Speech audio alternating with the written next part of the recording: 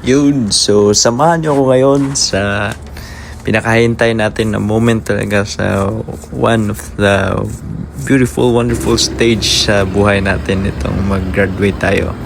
So ngayon, samahan niyo akong magbiyahe kasi ako lang yung nauna muna kasi sabi nga dun sa email na receive namin na sa graduation doon namin, we need to be there 1 hour before the actual program kasi marami pang proseso, may check-in, may mga ganon. So ito yung biyahe ko. So dahil 1 hour before, yung alas 10 ata yung yung start ng program itself. So alas 9 dapat nandun ako. Pero yung biyahe ko papunta doon is about 2 hours. So ganyan yung buhay ko papuntang school. 2 hours, tapos pabalik galing school 2 hours. So ganyan yung buhay ko.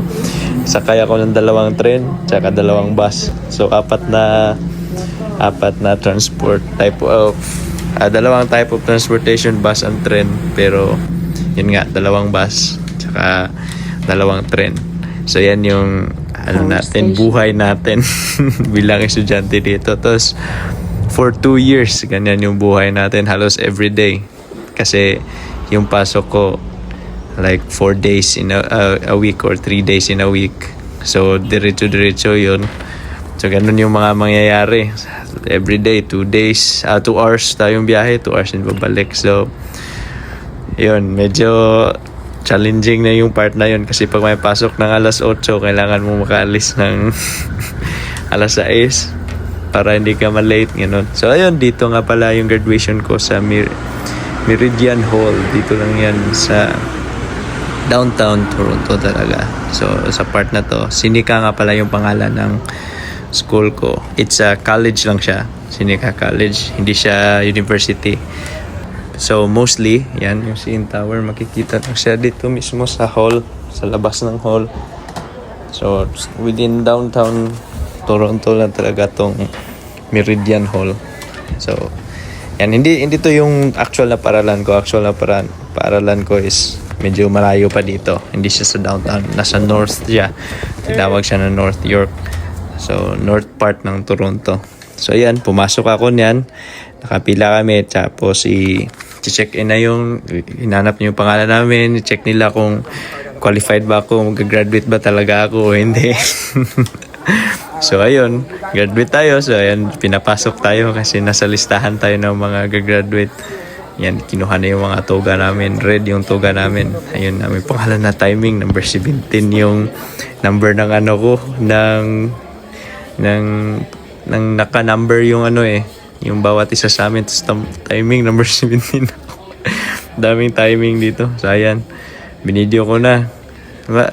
Yung date nga pala nito is June 23, 2025. So ito yung mga nangyayari dyan. Last year pa. So yung sapatos ko na yan, yung story naman sa sapatos ko na yan, hindi sana ako maggaganyan na sapatos. Gusto ko sana yung Jordan 4 ko lang yung susutin ko, pero something hindi formal So naghanap ako ng sapatos, nahirapan talaga ako kasi picky ako in terms of topsider Ayaw ko yung bumili ako, tapos one time suot, ayaw ko na siyang suotin ulit. Gusto ko yung bilhin ko siya na pwede ko siyang ulit-ulitin suotin kasi gusto ko yung sapatos, gano'n. So nabili ko siya sa thrift store.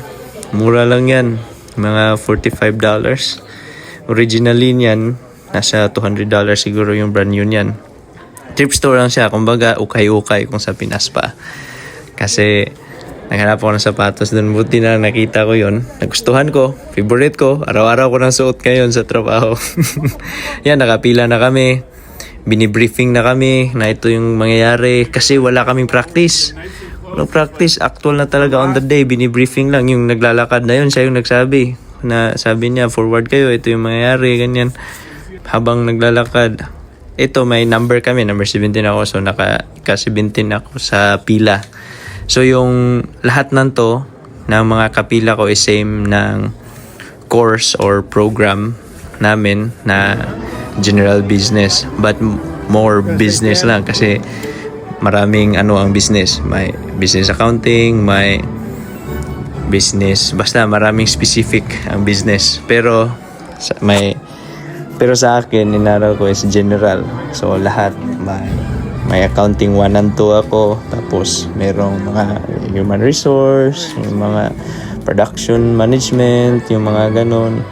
Tapos, marami in terms of, by customer service.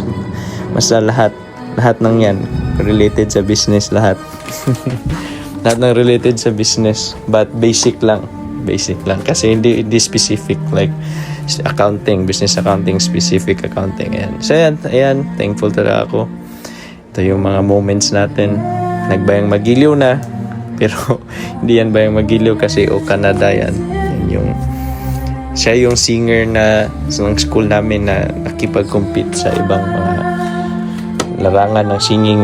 So siya yung kumanta. So ayan yung moments na to. Thankful talaga tayo sa Panginoon. Actually sobrang dami namin. Yung batch ko lang like sa 3,000 kami lang. Pero meron pa yan sa ibang anong tawag nito, program or course, ibang course. So sa isang araw divide nila like 2 hours, let's say sa amin 10 to 12, tapos pagkatapos namin meron namang kasunod ng 1 to 3, tapos may nauna rin sa amin, may 8 to 10, parang something ganon. So parang isang lugar lang sinet nila na magkaibang ayan, so ayan yung dami namin sa loob. Tapos like half sa hall mga graduates, tapos other half is yung mga visitor or parents or family and friends, gano'n.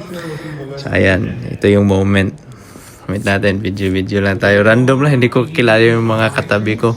So maraming mga international students, may mga galing ibang bansa mostly, and kaunti lang yung Canadian kasi sa school namin may Pilipino, 3 lang ata kaming Pilipino sa kaklase ko, tapos yung iba may Asian, maraming Asian, may Chinese, Korean, may Vietnamese, may Indian yung marami din. Tapos may yung nasa harap ko, Pakistani daw siya.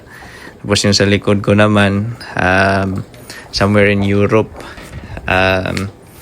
Austria, yung mga ganyan. So marami, iba't ibang bansa, iba-ibang lahi. Yan din yung kagandahan kasi mixed culture kasi dito sa Canada. So iba't ibang lahi yung makikita mo dito.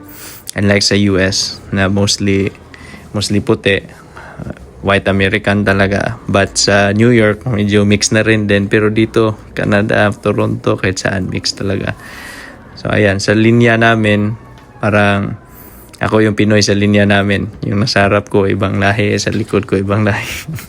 Pero may mga Pinoy din marami sa mga ibang So ayan, thankful din talaga ako sa Panginoon nung habang naglalakad na dito. Parang medyo kinabahan na, medyo rin, excited na gano'n. Parang mixed emotion na ba. Thankful talaga tayo sa Panginoon. So yan yung story natin. So ayan, ako na yan.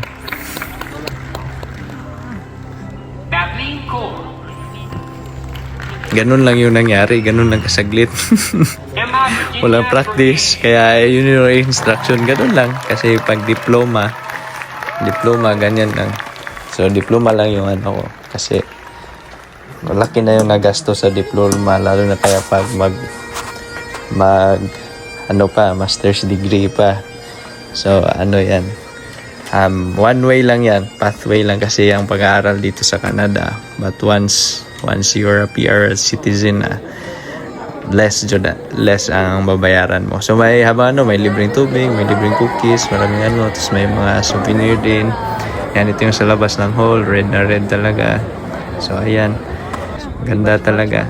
So ayun, so natapos na tayo. And congratulations sa atin, thank you Lord. Thank you Lord din yung nasabi ko doon. Thank you Lord talaga. Thank you Lord.